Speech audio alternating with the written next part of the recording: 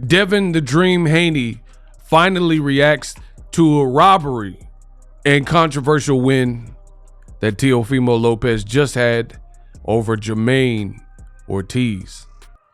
What up, Fight World? It's your boy Ego, and I'm back with some more boxing.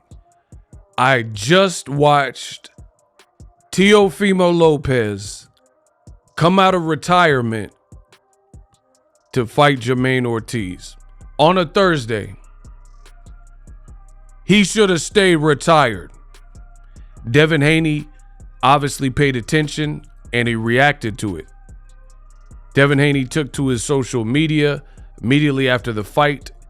He says very clearly, the king of 140 pounds. Listen, Teofimo was gifted a victory over Jamaine Ortiz. If you want me to make a full-fledged breakdown, put Teofimo breakdown in the comment section. If enough of you guys put Teofimo breakdown, that exact phrase, in the comments to this video, that'll notify me that I need to make a detailed breakdown. If not, check out my watch party where I gave my live thoughts on Teofimo versus Jamaine Ortiz. Listen, Teofimo should have stayed retired if that was his effort. He looked very foolish, in my opinion, versus Jamaine Ortiz. Jamaine Ortiz, credit to him, he moved up in weight. I don't know how he was even making the previous weight class, to be honest with you. He looked a bit drained in the last weight class, as you see in this picture. 140 seems to be way better for his body because his cardio was up. You know, some people even complained because Jamaine Ortiz gave up some rounds late in the Lomachenko fight. I think now looking back, that was probably due to weight drain. He's a big frame dude, and his big frame gave Teofimo all the issues in the world. But it's not just a frame, because there's a lot of guys who are tall. Paul Williams or Robert Easter, these guys are tall for the division, but they don't necessarily fight tall. Sebastian Fundora, right? So he exercised a lot of patience in this fight, more so than I'm used to seeing. But I don't want to get too much into the breakdown. If you want a full-fledged breakdown of the fight, again, you know what to do. Put Teofimo breakdown in the comment section. Definitely had Jamaine Ortiz winning. You know, people said stupid stuff like, oh, all Ortiz did was run. If all Ortiz did was run, then what did Teofimo do? Because I seen him missing wildly, punching the ropes, getting frustrated, looking like he had no game plan, making no adjustments, and getting booed post-fight and visibly like frustrated. And you notice Teofimo, when he has a great performance, like everybody gave him credit for the performance versus Josh Taylor. When he has those type of performances, notice he doesn't get irate. He's not loud and angry in the post-fight. He's regular. Reason being, because he has nothing to be upset about. He's happy with his performance. But it's clear in the fight with Jamaine Ortiz and George Kambosos and Sandor Martin, you always get this belligerent Teofimo, which proves to me that he's not happy deep down inside with those performances. And the crazy thing is, Jamaine Ortiz, kind of inexperienced at this higher level. I'm not talking about amateurs, because I know he fought Jerron Boots Ennis and the amateurs and other guys. But I'm talking about as a pro, his biggest fight is Lomachenko, you know, or Jamel Herring. So he doesn't have the most experience. And I'm talking about like blockbuster fights and things like that. He did very well for himself. Now, Devin Haney, he has the right to talk his talk. Devin Haney moved up. So keep this in mind. Teofimo has a couple fights at 140 pounds. Let's look at it. Teofimo, 20-1. He really should have more losses than that. but allegedly he beat Jamaine Ortiz. So at 140, 1 fight with Josh Taylor, 2 fights Sandor Martin, and then his first fight was Pedro Campa. So he's had 3 fights since his first and only official loss to George Kambosos, which was at lightweight. He's had 3 fights in this new division. Obviously, his best performance was this 2023 Josh Taylor performance. And I even thought in the Pedro Campa fight, he looked all right. Like, he didn't look that great. He didn't look that great at all. He got a 7th round knockout, but he just didn't look great. So actually, the Jamaine Ortiz became his 4th fight. So total of 4 fights, and Teofimo has not impressed in at least the Sandor Martin fight and the Jamaine Ortiz fight. So if you look at his last 3 fights, Teofimo arguably lost 2 of them. Sandor Martin, what he even said post-fight, "Do I still even have it? Man, how come you don't want me, man? Do I still have it?" So again, you look at Teofimo's last 3 fights, 2 of them were controversial victories. Sandor Martin, Jamaine Ortiz. Somehow, some way, the bigger name that he fought, Josh Taylor, and a respected champion, he beat him convincingly. So whatever this inconsistent trend that Teofimo has, which I told you guys about, it's a bad look, because you're fighting up to competition, but then you're also fighting down guys that you should beat. You don't look good versus, right? So that's what made Floyd Mayweather great. What made Andre Ward great? Because whether Andre Ward's fighting Kessler or Edison Miranda, Darnell Boone, Kovalev, if Floyd's fighting Maidana, Pacquiao, Canelo, Oscar De La Hoya, Sharmba Mitchell, right? Emmanuel Augustus. No matter who Floyd was fighting, you got the best version of Floyd.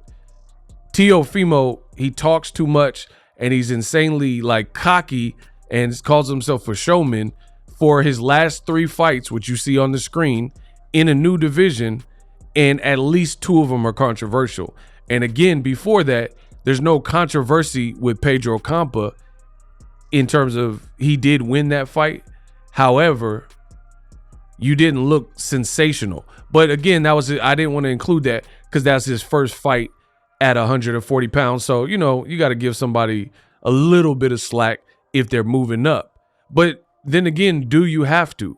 Because Devin Haney moved up 140 pounds from lightweight after fighting Lomachenko, and you see what this picture represents. It represents he beat a champion, Regis Prograis. I was live at the fight, and he beat him like bad. He beat him, skunked him. I literally gave Regis Prograis 0 rounds, I believe. You know what I mean? So Devin Haney is doing pretty much what Jamaine Ortiz did to Teofimo, to the point where he's winning majority of the rounds in a champion fight. And that was his very first fight at 140 pounds. So he has every right to say he's the king. Now, there are some questions. There's other great fighters at 140 specifically. You know, you got Rolly as a champion, but more specifically for me is Subriel Matias. That Subriel Matias can fight. So, you know, Gary Antoine Russell, I like. Richardson Hitchens. So, you know, you got some people who are going to feel a type of way. But all in all, Teofimo did not look good in this fight. He was frustrated. He was growing impatient. You know, all this, oh, he ran and stuff. It's your job to cut off the ring. It's the art of hit and don't get hit. You said you're going to beat him. You beat him as an amateur, so you had some experience with him. And you didn't really make adjustments from your past fights, like the fight with Sandor Martin. You struggle with some of the same things right here that you struggle with in that fight. You struggle with some of the same things from the Kambosos fight in this fight, or late rounds with Lomachenko, even though you won that fight. Some of the same tactics that Lomachenko used to steal rounds up off you, Jamaine Ortiz used against you, especially being the southpaw, coming out like a southpaw. Teofimo has issue with athleticism, definitely has issue with southpaw, and he has issues if you're not going to just stand there and stand in front of him and trade. If you give him angles, if you're shifting, if you're squirrely, if you're tricky. And so far, Teo's shenanigans have not led up and made you a believer. He does a lot of hooting and hollering, and you know, it's the takeover promotions, and you arguably lost 2 of your last 3 fights. So again, Devin Haney and people like that, they have every right to say that they're the king and they're the champion and feel confident. Listen, I am not being funny style. I am not being facetious. I am only being real. Please subscribe to my channel. When I tell you this, boxing is a what have you done for me lately type of sport. Always has been, always will be. You're only as good as your last performance. So when I see a performance like what Teofimo Lopez just gave, you got to assess where he's at. And I said this on my X, formerly known as Twitter. I am not being a prisoner of the moment, but I would pick the following to all beat Teofimo. So the following fighters, your boy Ego would, in present day, 2024, I would pick all of them to beat Teofimo Lopez based on what I've been seeing. It's not even just the Jamaine Ortiz fight. Terrence Crawford, duh. I mean, that's kind of common sense. He need to leave Terrence Crawford alone. I never want to hear Teofimo say anything about Terrence Crawford again because you would get annihilated by Crawford. Gervonta Tank Davis, duh. If you've seen what he struggled with Jamaine Ortiz, Gervonta Davis has all that and more. Better power, more explosive. He also sets traps like very few. Him and Crawford are some of the best at setting traps in modern boxing. The only thing that Jamaine Ortiz really had that Tank can't do is grow. Tank is his own height, his own stature, etc. Versus Jamaine Ortiz, he has a longer frame, longer body. But in terms of boxing ability, skill set, speed, movement, using your feet, Tank can do all that. I would pick Subriel Matias, Gary Antoine Russell. Yes, Gary Antoine Russell. Devin Haney, Keyshawn Davis, who just had a spat with Teofimo post-fight, and also Shakur Stevenson. So Teofimo definitely didn't impress me in the fight. Devin Haney, he's got to be one of the top people, you know, and I say one of because he only has one fight and it remains to be seen. But skill-wise, it's hard for me to imagine Teo beating Devin Haney when you struggle with so much of what Jamaine Ortiz done and what he did. Bill Haney actually partnered up with Jamaine Ortiz. So that was a good move from Bill Haney to work with Jamaine Ortiz, and now he could pick his brain, and you know, he got to look at Teofimo versus someone else, and now he's probably super confident. As of recording this video, I haven't heard Bill Haney say anything about the Teo fight, but there's no way he's not chomping at the bit, or no way that he wouldn't believe and have faith that his son would beat Teofimo after what I just witnessed, which was a pure robbery of Jamaine Ortiz. Simple as. Subscribe to the channel for more boxing content. I am the best in the history of boxing, in the digital space of boxing talk. Subscribe. Let me know what you guys think of what Devin Haney had to say about Teofimo. So many fighters, if you want that video to break down the fight, but I've seen so many fighters talking about it and saying Teo didn't win and things like that. If you want me, yours truly, to break down the fight, type in Teofimo breakdown in the comment section.